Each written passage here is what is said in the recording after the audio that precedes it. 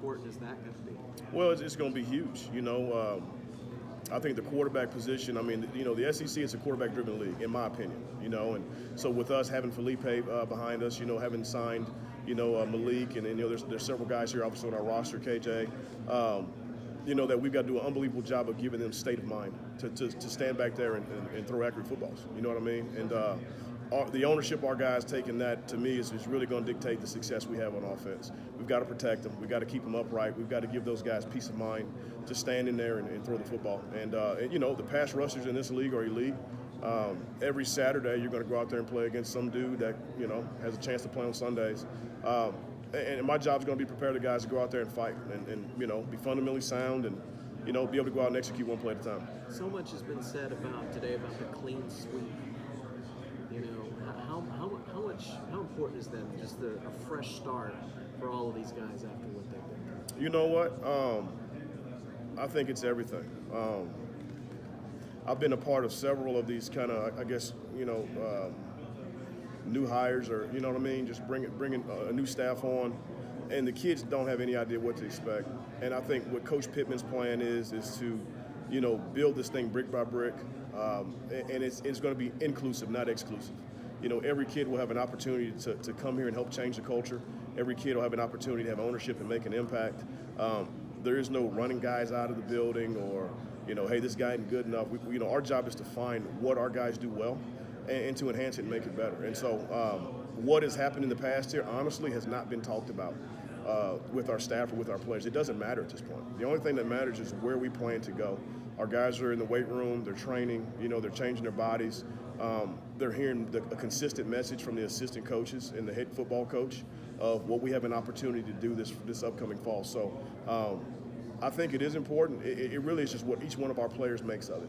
You know, if they're invested and want to get this thing going, they'll work that way and they'll show it. If they don't, you know, then things probably won't end well. Has Coach Pittman completely handed over the O-line reins to you? And if so, how much will you lean on him because of the mentor he's been and the mind that he is? Well, we ain't called one play yet, so at the moment he's handed it over. You know what I mean? I'll say this.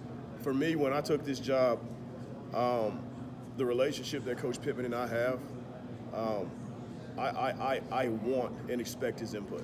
I would be disappointed if he completely removed himself from it because of the skill set that he possesses. And yet, I also am aware that he's responsible for 100 other players on the football team.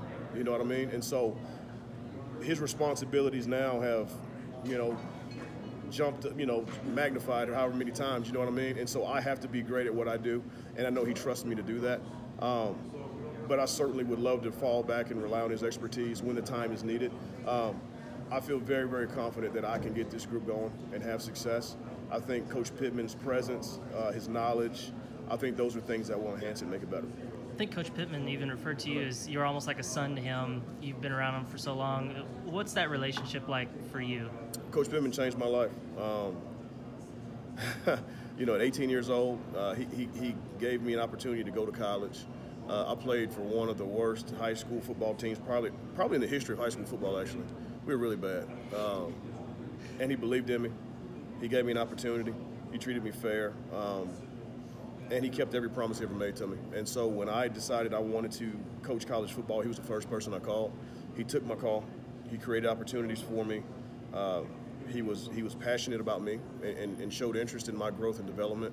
He has shared an unlimited amount of information about, you know, the game of football, techniques, fundamentals, schematics, how to recruit, how to treat people. He has completely helped me evolve into who I am today. I owe him my life. How do you feel to transition that? How do you feel about the group of guys you brought in this signing class? You know, I feel great about them. You know, I believe that they're talented. I think that they are, you know, have an opportunity to be high-level SEC football players. But my biggest focus right now are the guys that are in the building right now. Now that recruiting has ended, my job right now is to roll my sleeves up and build strong relationships with the guys that are here now.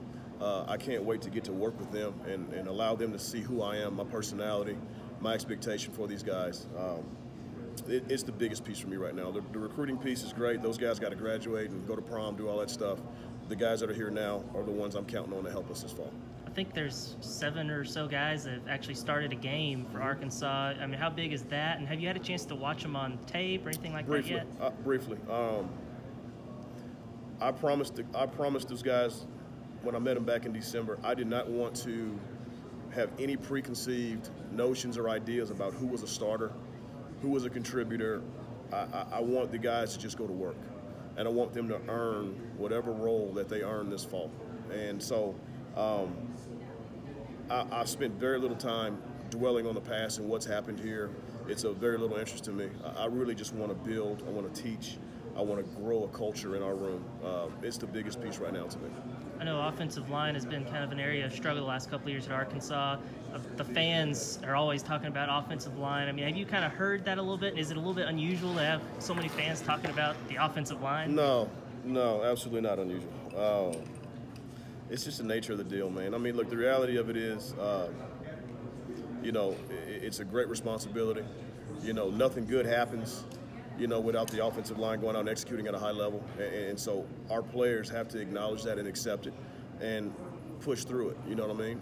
By how we go out and prepare and get ourselves ready to go compete at a high level. So, no, the expectation level is not something that I'm unfamiliar with. The criticism is not something I'm unfamiliar with. I understand that if we don't play well, we're going to hear about it. You know what I mean? I fully anticipate it, but I also came here to kick ass, and so I'm not afraid to run it from anybody.